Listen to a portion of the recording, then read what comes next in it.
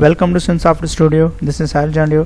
सो अॼु असां सिखंदासीं कीज़ जे बारे में। त DBMS में असां कीज़ कीअं यूज़ कंदा आहियूं ऐं असांजूं किथे यूज़ थींदियूं। त डेटाबेस सिस्टम में असांजो जेको अॼु ॾिसंदासीं उहे कीज़ आहिनि। असां कीज़ कहिड़ियूं यूज़ थींदियूं ऐं कीज़ जो छा छा टास्क हूंदो आहे ऐं कहिड़े तरीक़े सां असां फाइंड आउट करे सघूं था पंहिंजे डेटाबेस मां। लेट्स सी असां ॾिसूं था अॻिते। अच्छा, मां तव्हांखे रिक्वेस्ट कंदुसि त जेकॾहिं तव्हां न्यू आहे असांजे चैनल ते त प्लीज़ असांजे चैनल खे सब्सक्राइब कयो, पंहिंजे दोस्तनि सां शेयर कयो ऐं बेल आइकन खे ज़रूरु प्रेस कयो, छो त जीअं तव्हांखे अपडेट्स जेके बि न्यू वीडियोज़ अचनि उहे तव्हांखे मिली सघनि ईज़ीली। लेट्स सी असां पंहिंजे कोर्स तरफ़ हलूं था। त सभ खां पहिरियां असांखे कॉन्सेप्ट हुजणु घुरिजे त की आहे छा DBMS में। त DBMS में असां कीज़ जे बारे में ॾिसंदासीं त की असां कहिड़े तरीक़े सां यूज़ कराए सघूं था। त सभ खां पहिरियां असांखे कीज़ जे बारे में ॾिसंदासीं त की एक्चुअली DBMS में हिकु एट्रीब्यूट चई सघो था या सेट ऑफ एट्रीब्यूट्स चई सघूं था। मतिलबु ईअं असां चई सघूं था या त सिंगल तव्हांजो एट्रीब्यूट हूंदो या त उन्हनि खे असां सेट ऑफ एट्रीब्यूट्स चई सघूं था, जेके असांखे हेल्प कराईंदा आहिनि, आइडेंटिफाई कराईंदा आहिनि कंहिंखे रो या टपल खे। रो ऐं टपल मतिलबु तव्हां रिकॉर्ड बि चई सघो था। असां हिन खे रिकॉर्ड बि चई सघूं था। ठीकु आहे, मतिलबु त असां ईअं चई सघूं था त जॾहिं बि रो खे असां यूनिकली आइडेंटिफाई कयूं था त पोइ असां उन में हिकु असांखे की लाज़मी रखणी पवंदी आहे ऐं जेके बि रिलेशनशिप हूंदा उन टेबल में उन की जी मदद सां हूंदो आहे ऐं उहो असांखे मदद कंदो आहे जॾहिं बि असां ॿिनि टेबल्स में रिलेशनशिप था जनरेट करायूं या रिलेशनशिप आहे त पोइ असां कीअं उन्हनि खे यूनिकली आइडेंटिफाई करायूं था। जेके यूनिकली आइडेंटिफाई कराईंदा आहियूं रो जी मदद सां, ऐं उहा रो एक्चुअली कॉम्बिनेशन हूंदो आहे 1 हिकु या हिकु खां वधीक असांजा कॉलम्स हूंदा आहिनि टेबल में, उन जे थ्रू असां फाइंड आउट कराईंदा आहियूं कंहिं बि हिकु पर्टिकुलर रो खे, रिकॉर्ड खे या टपल खे। इहे सभिनी जा नाला सेम आहिनि ऐं जेका की हूंदी आहे उहा एक्चुअली असांखे हेल्प आउट कंदी आहे जॾहिं बि असां को बि वैल्यू फाइंड था करायूं यूनिकली कंहिं बि रिकॉर्ड खे या रो खे टेबल में। जीअं ॾिसो हेठि असां जेकॾहिं हीअ असां टेबल ठहियलु आहे त असां कंहिं बि उनखे फाइंड आउट करण जे लाइ फॉर सपोज असां जीअं एम्प्लॉय ID आहे या नेम आहे या लास्ट नेम आहे, हीअ असांजी 3 एट्रीब्यूट्स ॾिनल आहिनि, असांजा 3 कॉलम्स ॾिनल आहिनि जंहिंजे थ्रू असां पंहिंजी डेटाबेस में वर्कआउट करे सघूं था। जीअं सभ खां पहिरियां जेके एम्प्लॉय ID आहे 11 ऐं 22 ऐं 33, त हिन जी मदद सां असां ईज़ीली फाइंड करे सघूं था आज़ान खे ऐं उनजो जेको लास्ट नेम आहे अली, अहमद खान या मोहम्मद खान या फराज़ अहमद। ही एक्चुअली असांजी जेकी पर्टिकुलर ही नालो जेका एम्प्लॉय ID आहे त हिन खे ॾिसंदा त इन मां असां ईज़ीली फाइंड आउट करे सघूं था कंहिं बि हिकु रो खे 11 जे थ्रू या 22 जे थ्रू या 33 जे थ्रू। त हीअ असांजो वे आहे जंहिंजी मदद सां असां उनखे फाइंड आउट करे सघूं था। मतिलबु त जेको यूनिकली असां कंहिंखे बि फाइंड था करणु चाहियूं त फाइंड आउट करण जे लाइ असांखे यूनिकली वैल्यू हुजणु घुरिजे जंहिंजो को बि सेम न हुजे। अगरि असां चऊं था त आज़ान सां कयूं त मे बी असां वटि कुझु जेके नाला वधीक हुजनि, रिकॉर्ड वधीक हुजनि, मिसाल तौरु 1000 हुजे त किथे न किथे आज़ान जो नालो डुप्लीकेट थी सघे थो ऐं जॾहिं डुप्लीकेट हूंदो त असां कॾहिं बि उनखे यूनिकली आइडेंटिफाई नथा करे सघूं। उन खां पोइ असांखे छो नीड पई छाजी की जी।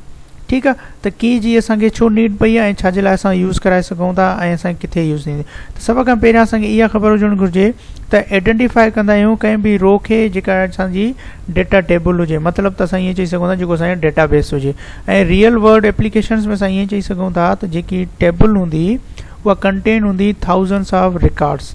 मतिलबु त हज़ारे रिकॉर्ड्स हूंदा, उन हज़ारे रिकॉर्ड्स मां असांखे कंहिं हिकु नाले खे फाइंड आउट करण जे लाइ नीड पवंदी आहे को बि हिकु अहिड़ो वैल्यू हुजे जेको यूनिक हुजे ऐं उन यूनिक वैल्यू खे असां की चवंदा आहियूं।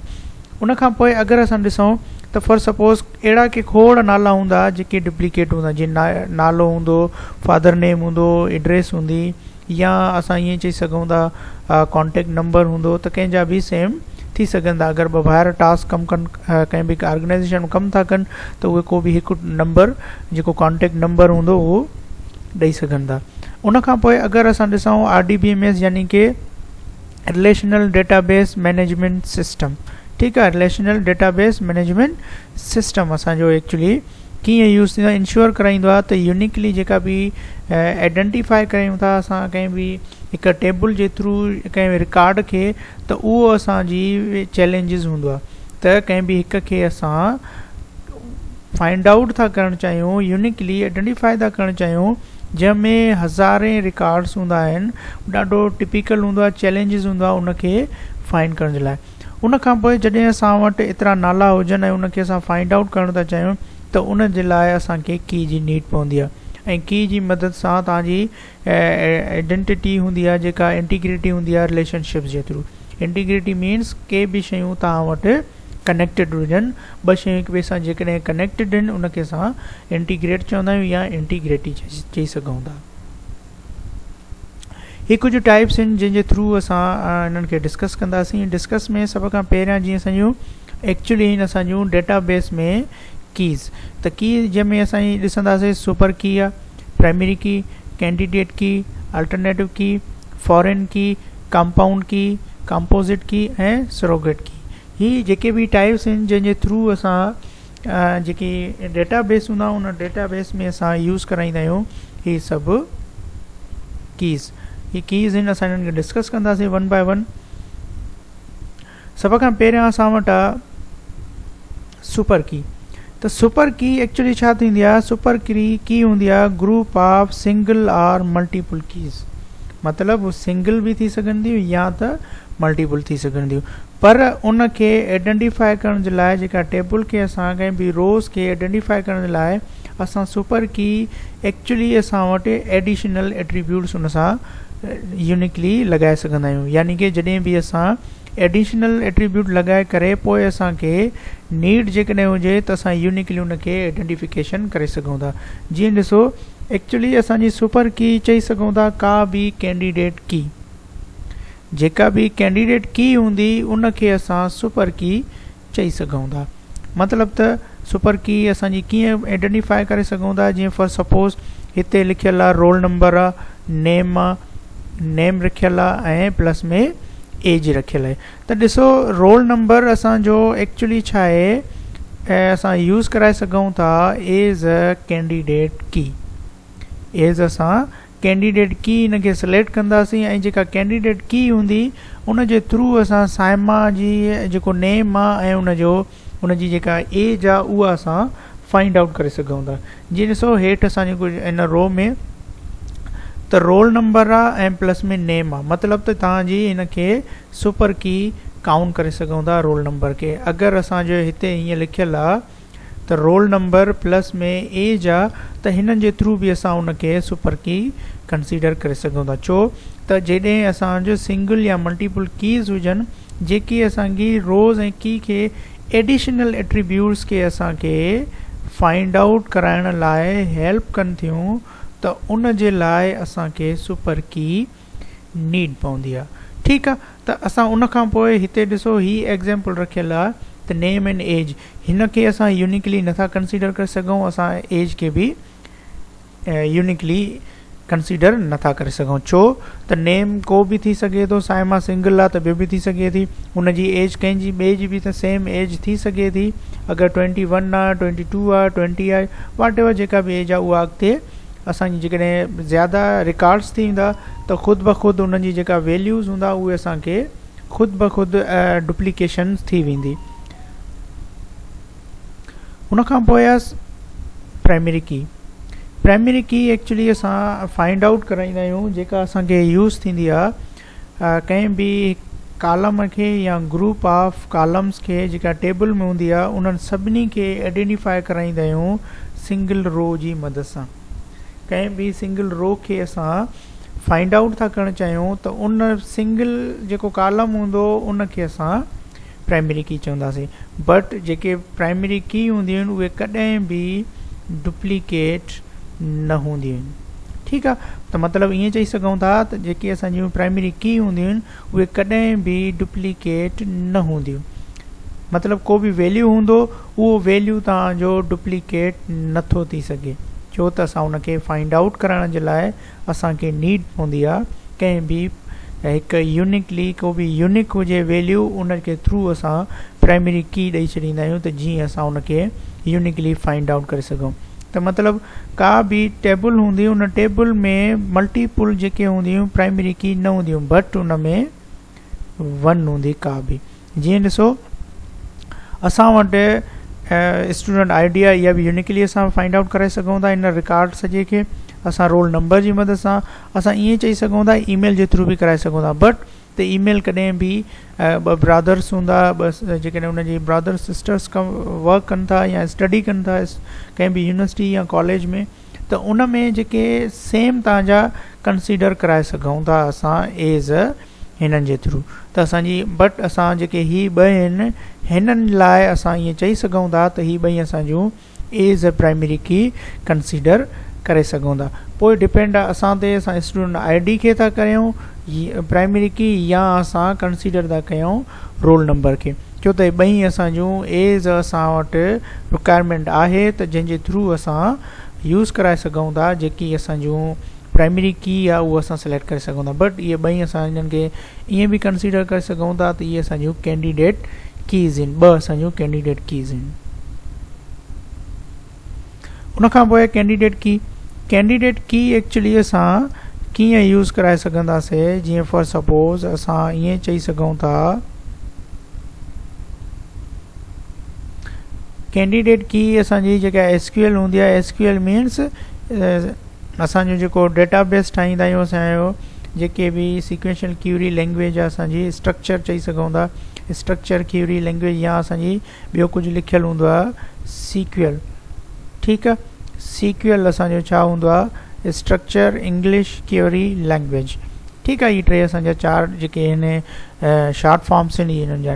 त असां सेट ऑफ एट्रीब्यूट्स हूंदा आहिनि जेके यूनिकली असां आइडेंटिफाई कराईंदा आहियूं कंहिं बि टपल में, बट उहे हूंदा कंहिं बि टेबल में। त कैंडिडेट की एक्चुअली हिकु सुपर की जंहिंजे थ्रू तव्हां नो रिपीटेड एट्रीब्यूट हूंदा, छो त सेम जेकॾहिं रिपीटेड आहिनि त असां उनखे नथा कंसीडर करे सघूं एज़ अ कैंडिडेट की।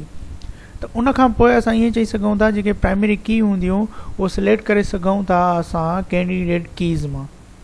जेकी प्राइमरी कीज़ हूंदियूं आहिनि उहे असां सिलेक्ट कंदा आहियूं किथां कैंडिडेट की मां।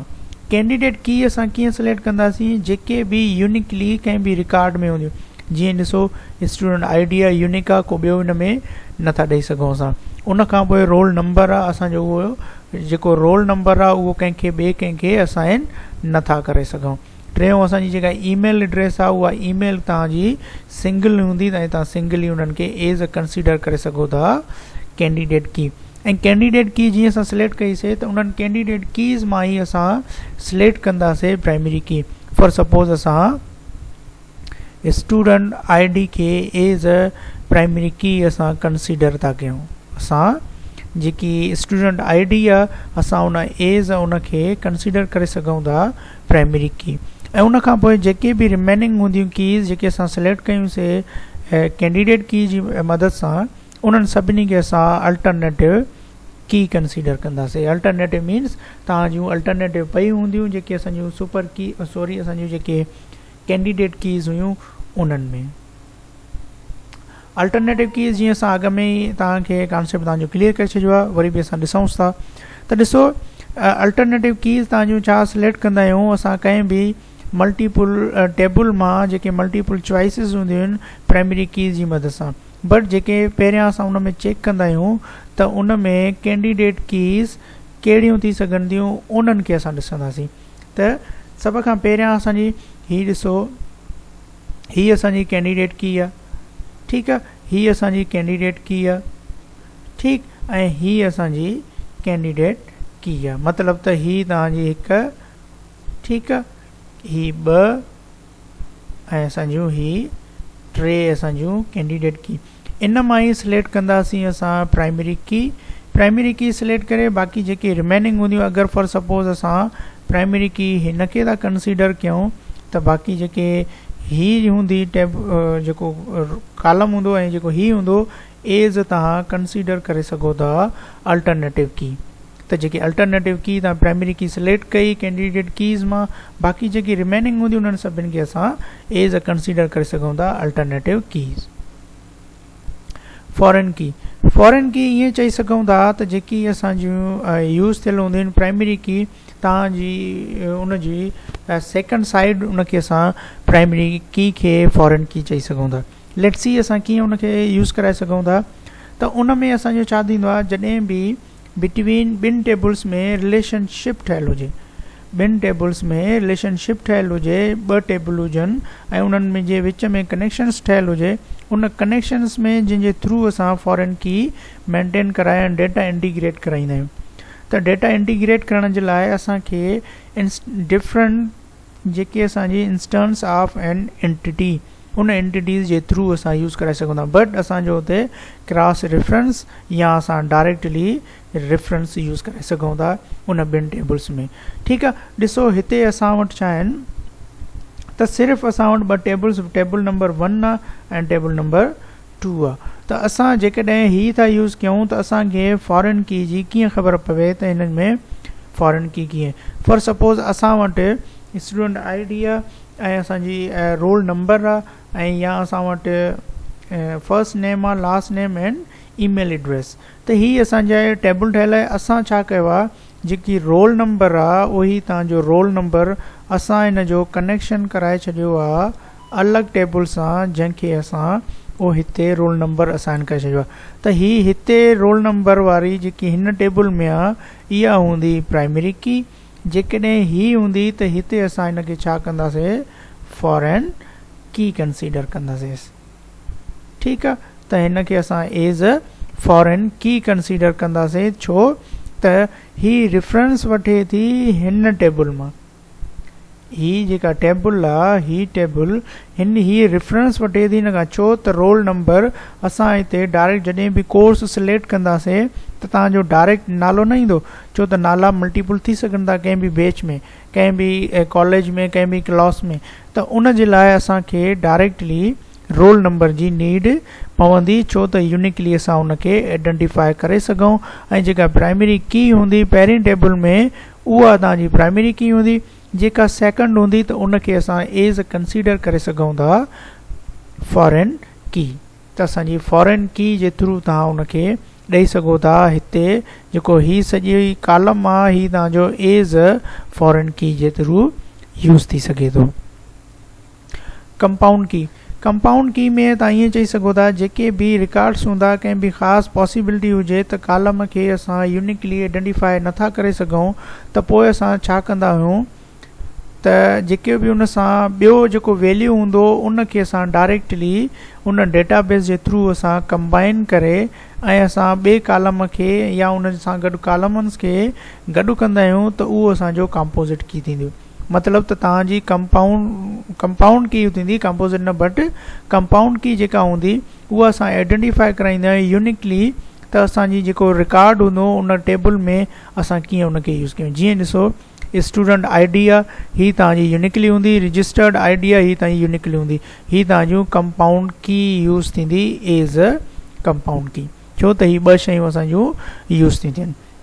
उन खां पोइ ॾिसो हिते असां वटि ॿ शयूं, कंपाउंड मीन्स ॿ शयूं तव्हांजूं रिलेटेड हूंदियूं, हिकु रजिस्टर्ड आई डी, ॿियो ईमेल। तव्हांजूं ॿई ही कंपाउंड की कंसीडर थींदी। ईमेल थी वई, स्टूडेंट आई डी थी, या असां स्टूडेंट आई डी चई सघूं था, रजिस्टर्ड आई डी चई सघूं था, या ईमेल चई सघूं था। ही असांजूं टे शयूं एज़ अ कंसीडर कराए सघूं था कंपाउंड की। कंपोज़िट की छा थींदियूं आहिनि? कंपोज़िट की एक्चुअली छा हूंदियूं आहिनि, जीअं असांजी कॉम्बिनेशन ऑफ टू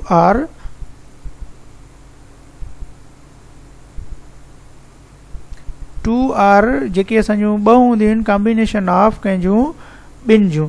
त ॿिनि जूं असांजी कीअं थी सघनि थियूं, जीअं मिसाल कॉलम्स असांजा वधीक आहिनि त उन्हनि खे असां यूनिकली आइडेंटिफाई कीअं कराईंदा आहियूं, त यूनिकली आइडेंटिफाई करण जे लाइ असांखे जॾहिं बि रो हूंदी उन टेबल में तव्हांजो कॉम्बिनेशन हूंदो मुख़्तलिफ़ कॉलमनि सां, जेके गारंटी तव्हां यूनिकनेस तव्हां उन्हनि खे फाइंड आउट करे सघो था। मतिलबु ईअं चई सघूं था इंडिविजुअली असां यूनिकनेस असां वटि गारंटीड न हूंदी आहे, hence they are combined to uniquely identify records in a table. मतिलबु कंपोजिट की एक्चुअली असां छा थींदियूं आहिनि जेके तव्हां एज़ ईअं चई सघो था जेके कैंडिडेट कीज़ हूंदियूं आहिनि जेके मल्टीपुल हूंदियूं आहिनि जंहिंजे थ्रू तव्हां उन्हनि खे फाइंड आउट कराईंदा आहियो।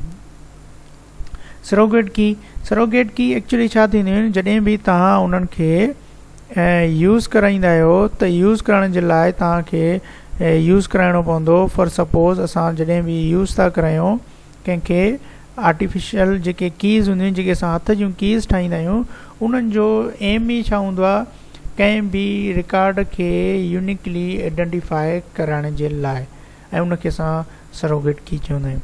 हिन क़िस्म जी जेके असांजूं सरोगेट कीज़ हूंदियूं आहिनि उहे पार्शल कीज़ हूंदियूं आहिनि। पार्शल मीन्स तव्हांजो हिन साइड मां बि कनेक्शन इस्टेब्लिश कनि, हिन साइड मां बि कनेक्शन इस्टेब्लिश कनि, त उनखे असां छा चवंदासीं पार्शल कीज़। मतिलबु तव्हांजूं जीअं ॿ एड्रेस हूंदी आहे, हिकु तव्हांजी होम एड्रेस, ठीकु आहे, ॿी तव्हां वटि हूंदी आहे पार्शल एड्रेस जेका एड्रेस तव्हांजूं ॿ थी सघनि थियूं, ठीकु, हिकु तव्हांजी होम एड्रेस, ॿियो तव्हांजो ऑफिस में बि तव्हांजूं ॿ एड्रेसिस कंसिडर थी सघंदी। मतिलबु त इनखे असां पार्शल चई सघूं था, छो त ॿ शयूं तव्हांजूं कनेक्शन्स में या त हू हुन सां बि कनेक्टेड आहे, हूअं बि हुन सां बि कनेक्टेड आहे, त उन जे लाइ असांखे यूज़ कराइणो पवंदो आहे सरोगेट कीज़।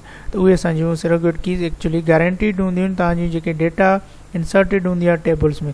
फॉर सपोज़ तव्हां हिन एड्रेस में रखो त इहा ऑटोमेटिक हिन एड्रेस ॾे बि तव्हांजी डेटा ख़ुदि ब ख़ुदि हली वेंदी। अच्छा, असां वटि जेके ॿ शयूं आहिनि जेके प्राइमरी की ऐं थोरी कन्फ्यूजन हूंदी आहे हमेशह, त उन्हनि खे असां कीअं कन्फ्यूजन ख़तमु कयूं, हिकु असांजी प्राइमरी की ऐं ॿी असां वटि फॉरेन की। त असां यूनिकली कीअं करे सघूं था, ॾिसो जॾहिं बि असां यूनिकली आइडेंटिफाई करणु था चाहियूं रिकॉर्ड खे टेबल में, असांखे प्राइमरी की जी नीड पवंदी। बट असांखे जॾहिं यूज़ कंदा ईंदासीं फॉरेन की त उहा प्राइमरी की जी मदद सां ॿिए जेका ॿी टेबल में हूंदी उहा तव्हांजी एज़ अ फॉरेन की यूज़ थींदी। पहिरीं टेबल में तव्हांजी प्राइमरी की इस्तेमालु थींदी, ॿी टेबल में तव्हांजी उहा फॉरेन की, छो त उनजो रेफरेंस ॾिनल हूंदो ऐं जेका पहिरीं टेबल हूंदी उहा रेफरेंस्ड हूंदी, ठीकु आहे। उनखां पोइ असां ॾिसंदासीं त प्राइमरी की कॾहिं बि नल वैल्यू न थी सघंदो, ऐं जेके फॉरेन की हूंदी आहे उहा मल्टीपल वैल्यूज़ नल थी सघनि था, मतिलबु हू ख़ाली थी सघनि था, तव्हां उन्हनि खे एज़ अ ख़ाली यूज़ कराए सघो था। बट असां प्राइमरी की खे नल नथा यूज़ करे सघूं। प्राइमरी की असांजी क्लस्टर्ड हूंदी आहे, इंडेक्स हूंदी आहे ऐं डेटा हूंदी आहे DBMS टेबल में जेका फिज़िकली ऑर्गेनाइज़ कई वेंदी आहे सीक्वेंस जे थ्रू। क्लस्टर्ड इंडेक्स जेका असां इंडेक्स ठाहींदा आहियूं उहा असां प्राइमरी की ऐं DBMS जी टेबल्स में फिज़िकली असां यूज़ कराए सघूं था। बट जेकॾहिं असां फॉरेन की ॾिसंदासीं त उहे ऑटोमेटिकली कॾहिं बि क्रिएट इंडेक्स न कंदी आहे ऐं क्लस्टर्ड या नन क्लस्टर्ड न हूंदी आहे। जॾहिं बि असां उनखे यूज़ कंदा आहियूं त असांजी उहा मैन्युअली क्रिएट कंदा आहियूं ऐं मैन्युअली क्रिएट करे तॾहिं असां उनखे इंडेक्स ॾेई छॾींदा आहियूं फॉरेन की खे। उनखां पोइ असां वटि आहे त जॾहिं बि को बि प्राइमरी की हूंदी उहा सिंगल प्राइमरी की टेबल में हू यूज़ थींदी। बट असां जॾहिं फॉरेन की यूज़ कंदासीं त फॉरेन की में मल्टीपल फॉरेन कीज़ यूज़ थी सघंदियूं हिकु डेटाबेस जी टेबल में। ही हुयो असांजे कीज़ जे बारे में जेके असां डिस्कस कयोसीं। त जेके कीज़ हुयूं उहे असांजूं डायरेक्टली असां यूज़ कयूंसीं ऐं जंहिंजे थ्रू असां जेके डिफरेंट कोर्स हुयो इहे असांजूं कीज़ हुयूं जंहिंजी कीज़ जे थ्रू असां जेको टास्क हुयो असां कंप्लीट कयो आहे। त सुपर की जे बारे में ऐं प्राइमरी की, कैंडिडेट की, अल्टरनेटिव की, फॉरेन की ऐं कंपाउंड की ही असां इन जे बारे में डिस्कस कईसीं। अगरि तव्हांखे का बि कंफ्यूजन हुजे त कमेंट्स में तव्हां ॾेई सघो था, त उहा असां जेका तव्हांजी कंफ्यूजन हूंदी उहा असां क्लियर कंदासीं। अगरि असांजो वीडियो पसंदि आयो हुजे त प्लीज़ शेयर ऐं लाइक कयो ऐं पंहिंजे दोस्तनि सां ज़रूरु शेयर करियो। Thank U for watching.